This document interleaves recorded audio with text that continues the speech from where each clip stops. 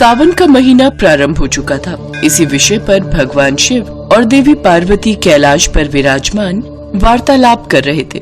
महादेव, सावन मास प्रारंभ हो चुका है और आपके प्रिय बेलपत्र से आपका श्रृंगार करने के लिए मंदिरों में भक्तों की भीड़ उमड़ पड़ी है। हाँ देवी पार्वती, मुझे बेलपत्र अति प्रिय हैं और बेलपत्र से मुझे बहुत शांति मिलती है। ये बात मेरे भक्त भली भांति जानते हैं और अगर मेरे भक्त केवल बेलपत्र चढ़ाकर ही मेरी पूजा करते हैं तो उन्हें उसका भी विशेष फल प्राप्त होता है। देवी पार्वती, मैं सोच रहा हूँ अपने भक्तों की परीक्षा लूं। विचार तो अच्छा है स्वामी, पर आप ऐसा क्या करेंगे? देवी पार्वती, भक्त मुझे जो बेलपत्र चढ़ाते हैं, मैं वही बेलपत्र बेचने वाला बनकर धरती पर अपने भक्तों की परीक्षा लूंगा। इसलिए मैं कुछ समय के लिए धरती लोक पर जा रहा हूँ। स्वामी, ये विचार अति उत्तम है, आपको अवश्य जाना चाहिए। और इस तरह वार्तालाप करके भगवान शिव एक फटेहाल कपड़े पहने साधारण गरीब मनुष्य का रूप ले लेते हैं और गली गली टोकरे में बेलपत्र रखकर बेचने लगते हैं। बेलपत्र ले लो भाई, बेलपत्र ले लो बहन। सुनो, वो जो तुम बेलपत्र बोल रही थी ना, इसी से लेने क्या? कैसी बातें कर रहे हो जी? इसका हुलिया तो देखो, फटेहाल कपड़ों में न जाने कौन है। मुझे तो कोई भिखारी लगता है, कहीं किसी मंदिर में चढ़े हुए बेलपत्र इकट्ठे करके लाया होगा और वही हमें बेच रहा होगा। नहीं बहन, ये बिल्कुल ताजे पेड़ के टूटे हुए ही बेलपत्र हैं, खरीद लो ना भाई। नहीं लेना, एक बार बोल दिया, जाओ आगे जाकर बेचो। शिवजी तो रूप बदलकर भक्तों की परीक्षा ले रहे थे, पर अनजान मनुष्य उन्हें पहचान ही कहाँ पाए। सब उन्हें उस फटेहाल मैले कपड़ों में देखते तो आगे निकल जाते। किसी ने भी बेलपत्र नहीं खरीदे। लगता है मुझे किसी मंदिर के बाहर खड़ा होना पड़ेगा, शायद वहाँ कोई भक्त ये बेलपत्र खरीद ले। शिवजी बेलपत्र का टोकरा उठाए शिव मंदिर के बाहर बैठ गए। बेलपत्र ले लो भैया, बेलपत्र। अरे मेरे पास तो कोई आ ही नहीं रहा, कुछ देर और प्रतीक्षा करता हूँ। ओए, अपना टोकरा उठा और कहीं और जाकर अपने ये बेलपत्र बेच, मेरी दुकानदारी खराब मत कर, जा यहाँ से। भैया, मैं तुम्हारी दुकानदारी कहाँ खराब कर रहा हूँ? मैं तो एक तरफ बैठा हूँ और देखो, मेरे से तो कोई भी बेलपत्र नहीं खरीद रहा, सब तुम्हारी दुकान पर ही तो खड़े हैं। हाँ तो तू क्या समझता है? तुझ भिखारी से कोई बेलपत्र खरीदेगा? अरे शिव मंदिर में पूजा के लिए साफ सुथरे अच्छे बेलपत्र की जरूरत होती है। किसी गरीब से खरीद कर कोई भी भक्त बेलपत्र नहीं चढ़ाता, समझे? सब बढ़िया पूजा की दुकान से ही लेते हैं, समझे? न जाने तू कब से नहाया नहीं है, अपना होलिया तो देख। अब एक मिनट भी यहाँ रुका तो मंदिर के पुजारी बाबा को बुलाकर यहाँ से हटवा दूंगा, समझे? जाता हूँ भाई, जाता हूँ। भोलेनाथ तुम पर कृपा करें। शिवजी अभी वहाँ से जा ही रहे थे कि तभी भोला नाम का एक गरीब मजदूर ये सब देख लेता है और वो शिवजी के पास आता है। भैया रुको, मुझे पूजा के लिए बेलपत्र खरीदने हैं। भैया, तुम मेरे बेलपत्र खरीदोगे? हाँ भैया, मैं बहुत देर से देख रहा हूँ कि कोई भी तुमसे कुछ नहीं खरीद रहा। ऐसे तो शाम हो जाएगी, मुझे तो वैसे भी बेलपत्र लेकर घर जाना ही था, तो क्यों ना तुमसे ही खरीद लूं? अच्छा, तो तुम बेलपत्र चढ़ाकर शिवजी की पूजा करोगे, ये बहुत अच्छी बात है। पर तुम मेरा हुलिया देखकर भी ये बेलपत्र खरीद रहे हो? भैया, बेलपत्र मैं तुमसे लूं या फिर सामने दुकान से, बेलपत्र का महत्व तो कम नहीं हो जाएगा ना। भगवान तो श्रद्धा के भूखे हैं और उस दुकानदार से ज्यादा आज तुम्हें पैसों की जरूरत है। तो अगर मैं ये बेलपत्र खरीद कर तुम्हारी थोड़ी सी मदद कर सकूं तो मुझे बहुत अच्छा महसूस होगा। भैया, ये बेलपत्र तो मैं अपनी पत्नी के लिए लेकर जा रहा हूँ। वो भगवान शिव की बहुत पूजा करती है और हर वर्ष सावन के व्रत करती है। इस वर्ष व्रत नहीं कर पाई, इसलिए घर पर ही पूजन कर रही है। अच्छा, इसका क्या कारण है भाई? मेरी पत्नी गर्भवती है, बस कुछ ही दिनों में हमारे घर बच्चे का जन्म होने वाला है, इसलिए मैंने ही अपनी पत्नी शोभा से कहा कि वो घर पर ही शिवजी की पूजा कर ले। मैं उसके लिए बेलपत्र खरीदने ही निकला था, अचानक तुम पर मेरी नजर पड़ गई। पर क्या भैया, तुम बेलपत्र नहीं खरीदोगे? नहीं, ऐसी बात नहीं है, मेरे पास बस 7 ही रुपए हैं। तुम मुझे 7 रुपए के बेलपत्र दे दोगे? 2 दिन से मजदूरी का काम नहीं मिला, इसलिए घर पर पैसे नहीं थे। 10 रुपए की भोग लगाने के लिए बर्फी खरीदी है, मेरे पास अब 7 ही रुपए बचे हैं। अरे भैया, एक काम करो, तुम ये सारे बेलपत्र ले जाओ। वैसे भी मैं घर ही जा रहा था, अब कल ही बेचने के लिए आऊंगा, शायद कल और कमाई हो जाए। तुम मुझे कल इन बेलपत्र के पैसे दे जाना, मैं तो यहीं बैठता हूँ। बहुत बहुत शुक्रिया भैया, मैं कल तुम्हें पैसे दे जाऊंगा, ठीक है? बताओ, है पहले ही भिखारी है और मुफ्त में बेलपत्र दे रहा है, पता नहीं कैसे कैसे लोग हैं भैया इस दुनिया में है। मंदिर के बाहर दुकानदार उन पर हंसने लगा। शिवजी मुस्कुराए और वहाँ से चले गए। भोला भी बेलपत्र लेकर घर आ गया। घर आकर उसने अपनी पत्नी शोभा को सारी बात कही। आपने ये बहुत अच्छा किया, साथ ही साथ भला हो उस बेलपत्र वाले का जिसने आपको बिना पैसे के ये इतने सारे बेलपत्र दे दिए। इनमें से कुछ भगवान को चढ़ाकर बाकी रख देती हूँ, रोजाना की पूजा में काम आ जाएंगे। भगवान शिव और देवी पार्वती कैलाश पर विराजमान थे और वो मुस्कुरा रहे थे। भगवान शिव तो भोला की दयालुता का फल उसे प्रदान कर ही चुके थे, उन बेल पत्र को सोने के बनाकर। अगले दिन शोभा और भोला जब सोकर उठे, शोभा पूजा के लिए टोकरी में से बेलपत्र लेने लगी तो वो हैरान रह गई। सारे बेलपत्र सोने के बेलपत्र बन चुके थे। सुनो जी, ये क्या चमत्कार है? ये बेलपत्र तो सोने के बन गए, ये कैसे हो सकता है? हाँ शोभा, ये तो सोने के बन गए। वो आदमी कौन था जिसने मुझे ये चमत्कारी बेलपत्र दिए? शोभा, मैं अभी आता हूँ। भोला मंदिर में उस आदमी को ढूंढने लगा, पर उसे वो बेलपत्र बेचने वाला आदमी कहीं भी नजर नहीं आया। भोला की आंखों में आंसू आ गए। रात को सपने में भगवान शिव ने भोला को दर्शन दिए। भोला, मैं तो परीक्षा लेने के लिए धरती पर आया था। तुम बहुत दयालु हो। तुमने मुझे एक साधारण बेलपत्र बेचने वाला समझकर उस समय मेरी मदद की, जब किसी ने भी मेरे से बेलपत्र नहीं खरीदे। मैंने उसी दयालुता का फल तुम्हें प्रदान किया है। अब तुम इन सोने के बेलपत्रों को बेच लेना। तुम्हारी गरीबी के दिन अब दूर हो जाएंगे। अपनी पत्नी और बच्चों के साथ खुशी से रहो। मेरा आशीर्वाद सदा तुम्हारे साथ है। भोला की नींद खुली और उसने सपने की बात अपनी पत्नी को बताई। शोभा भी बहुत खुश होती है। भोला और शोभा को उनकी शिव भक्ति का फल मिल जाता है और उनके जीवन में खुशियां आ जाती हैं। कहते हैं कोई भी पूजा बिना स्वच्छ मन से संपूर्ण नहीं होती। व्यक्ति को यदि पूजा का उचित फल लेना है तो उसके लिए उसे अपने मन को स्वच्छ बनाना है, तभी भगवान उसे पूजा का विशेष बल प्रदान करते हैं।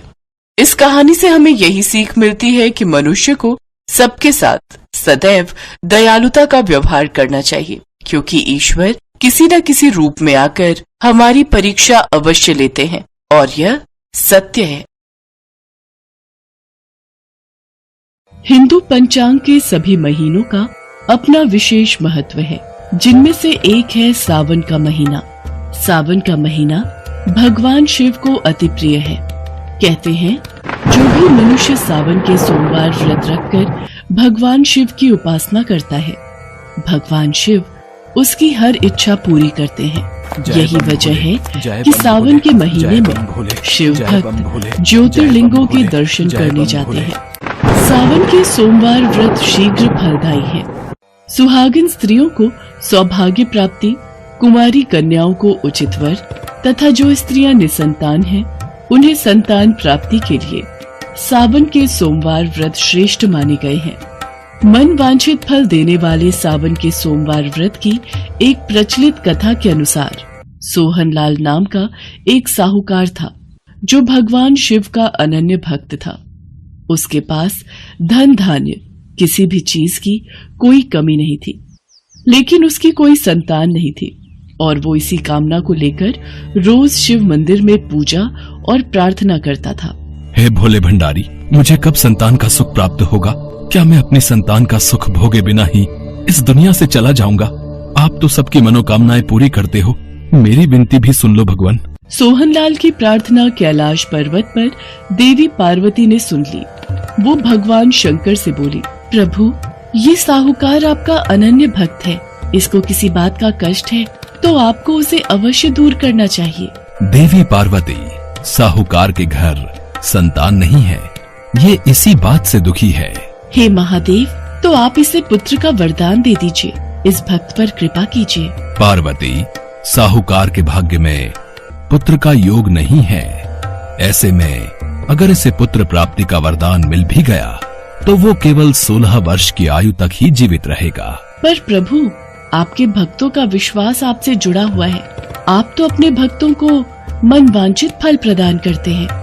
साहूकार प्रति सोमवार आपका व्रत और पूजन करता है और अब तो सावन माह के पवित्र दिन है, जो आपको अति प्रिय है। आपको इसकी इच्छा पूरी करनी ही होगी। ठीक है देवी पार्वती, मैं अपने भक्त सोहनलाल को पुत्र का वरदान देता हूँ। उसी रात भगवान शिव ने स्वप्न में सोहनलाल को दर्शन देकर उसे पुत्र प्राप्ति का वरदान दिया और उसके पुत्र के 16 वर्ष तक जीवित रहने की बात भी बताई। जब सोहनलाल स्वप्न से जागा, हे शिव शंकर, आपने एक तरफ मुझे पुत्र देकर संतान का सुख दिया और दूसरी तरफ पुत्र अल्पायु होगा। ये मेरे जीवन का सबसे बड़ा दुख। मैं ये कैसे छुपा कर रख पाऊंगा? पर मेरी भक्ति में फिर भी कोई कमी नहीं आएगी। आपके द्वारा दिया वरदान मुझे मंजूर है प्रभु। सोहनलाल पहले की तरह सोमवार का विधिवत व्रत करता रहा।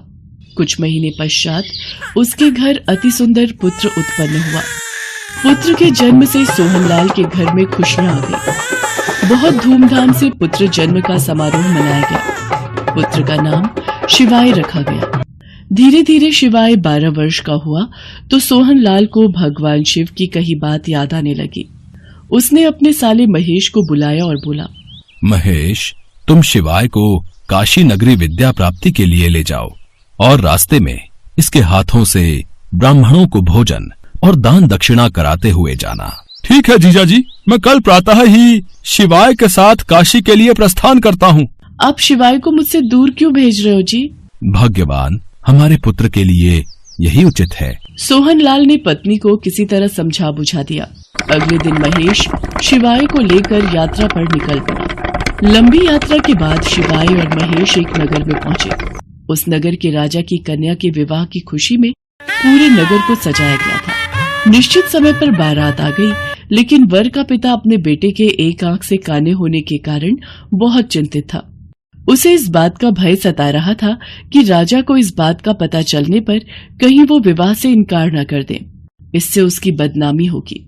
उसकी नजर शिवाय पर गई। ये लड़का मेरे पुत्र की उम्र का है और इस नगरी में नया है, कोई इसे नहीं जानता। क्यों ना इस लड़के को दूल्हा बनाकर राजकुमारी से विवाह करा दूं। विवाह के बाद इसको धन देकर विदा कर दूंगा और राजकुमारी को अपने नगर में ले जाऊंगा। वर के पिता ने इसी संबंध में शिवाय और महेश से बात की। महेश ने धन मिलने के लालच में वर के पिता की बात स्वीकार कर ली और शिवाय को दूल्हे के वस्त्र पहनाकर राजकुमारी से विवाह करा दिया। राजा ने बहुत सा धन देकर राजकुमारी को विदा किया। शिवाय राजकुमारी से सच नहीं छिपा सका और उसने जाते हुए राजकुमारी की चुनरी पर लिख दिया, राजकुमारी, तुम्हारा विवाह तो मेरे साथ हुआ था। मैं तो वाराणसी में शिक्षा प्राप्त करने जा रहा हूँ। अब तुम्हें जिस नवयुवक की पत्नी बनना पड़ेगा वो काना है। राजकुमारी देखती है कि जिस लड़के से उनका विवाह हुआ था उसकी जगह सचमुच एक काना राजकुमार खड़ा है। पिताजी महाराज, मैं इस लड़के के साथ विदा होकर नहीं जाऊंगी। मेरा विवाह तो किसी और के साथ हुआ है जो अपनी विद्या पूरी करने वाराणसी गए हैं। राजा ने सब बातें जानकर राजकुमारी को महल में रख लिया। उधर शिवाय अपने मामा महेश के साथ वाराणसी पहुंच गया। शिवाय ने गुरुकुल में पढ़ना शुरू कर दिया। धीरे धीरे वक्त बीता। शिवाय 16 वर्ष का हो चुका था। एक दिन शिवाय यज्ञ करके ब्राह्मणों को दान दक्षिणा देकर रात के वक्त जब शयन कक्ष में सो रहा था, शिव जी के वरदान के अनुसार उसके प्राण पखेरु उड़ गए। अगली सुबह जब महेश कमरे में आया, आज शिवाय सोकर नहीं उठा? रोजाना तो जल्दी उठ जाता है। शिवाय बेटा उठ। अरे तू उठ क्यों नहीं रहा? नहीं शिवाय, तू ऐसे कैसे इस दुनिया से चला गया? मैं जीजा जी को क्या जवाब दूंगा? शिवाय मेरे भांजे, उठ। प्रभु, ये कौन इतना विलाप कर रहा है? कौन भक्त इतना दुखी है? प्राणनाथ, मुझसे इसके रोने के स्वर सहन नहीं हो रहे। आप इस व्यक्ति के कष्ट अवश्य दूर करें। देवी पार्वती, ये उसी साहूकार का पुत्र है। इसकी आयु 16 वर्ष थी। अब इसकी आयु पूरी हो चुकी है। स्वामी, आप इसे जीवित करें, नहीं तो इसके माता पिता पुत्र की मृत्यु के कारण रो रोकर अपने प्राणों का त्याग कर देंगे। आपके परम भक्त साहूकार को उसकी वर्षों की सोमवार की पूजा का आप ये फल देंगे? नहीं प्रभु, इस बालक को जीवन दान दीजिए। अपनी पूजा करने वाले साहूकार भक्त की पूजा को सफल कीजिए प्रभु। आपकी पूजा तो विधि के विधान को भी सही दिशा देती है। आप अपने भक्तों के सारे कष्ट दूर करते हैं प्रभु। तुम ठीक कह रही हो देवी पार्वती। आज अपनी पूजा करने वाले परम भक्त के लिए मुझे ये विधि का विधान बदलना होगा। मैं शिवाय की जीवन रेखा से अल्पायु योग हटाकर इसे दीर्घ आयु रहने का आशीर्वाद देता हूँ। पार्वती के आग्रह करने पर भगवान शिव ने शिवाय को जीवित होने का वरदान दिया और कुछ ही पल में वो जीवित होकर उठ बैठा। शिक्षा समाप्त करके शिवाय मामा के साथ अपने नगर की ओर चल दिया। दोनों चलते हुए उसी नगर में पहुंचे जहां शिवाय का विवाह हुआ था। मामा जी, मैं इस नगरी में रुककर यज्ञ का आयोजन करना चाहता हूँ। भगवान भोलेनाथ ने मुझे नया जीवन प्रदान किया है, इसलिए यही मेरी इच्छा है। ठीक है शिवाय बेटा, हम एक दिन यहाँ रुककर यज्ञ का आयोजन करते हैं। महेश और शिवाय वहीं रुक गए। शिवाय को देखकर राजकुमारी बहुत प्रसन्न हुई। महेश और शिवाय को कुछ दिन महल में रहने का अनुरोध करके राजा ने बहुत सा धन, वस्त्र आदि देकर राजकुमारी को शिवाय के साथ विदा किया। उधर सोहनलाल अपनी पत्नी को सच बता चुका था। वे दोनों सोच चुके थे कि यदि शिवाय सकुशल नहीं लौटा तो वे दोनों भगवान शंकर के सामने अपने प्राण त्याग देंगे। पर समय पर एक सेवक ने आकर उन्हें शिवाय के लौटने की खुशखबरी दे दी। सोहनलाल और उसकी पत्नी ने अपने पुत्र और पुत्र वधू का स्वागत किया। उसी रात सोहनलाल के स्वप्न में भगवान शंकर ने दर्शन दिए। सोहनलाल, तुम मेरे प्रिय भक्त हो। मैंने तुम्हारे द्वारा किए गए सावन के सोमवार व्रत और पूजा से प्रसन्न होकर तुम्हारे पुत्र को लंबी आयु प्रदान की है। तुम्हारी पूजा और भक्ति से मैं बहुत प्रसन्न हूँ। मेरा आशीर्वाद सदैव तुम्हारे परिवार पर बना रहेगा। ये कहकर भगवान शंकर अंतर्ध्यान हो गए। भगवान शंकर की भक्ति करते हुए सोहनलाल को मोक्ष प्राप्त हुआ। इसी प्रकार जो कोई भी सावन सोमवार का व्रत धारण करता है अथवा इस कथा को पढ़ता या सुनता है, उसके दुख दूर होकर उसकी समस्त मनोकामनाएं पूर्ण होती हैं। इससे लोक में नाना प्रकार के सुख भोग कर अंत में वो मनुष्य शिव लोक को प्राप्त होता है।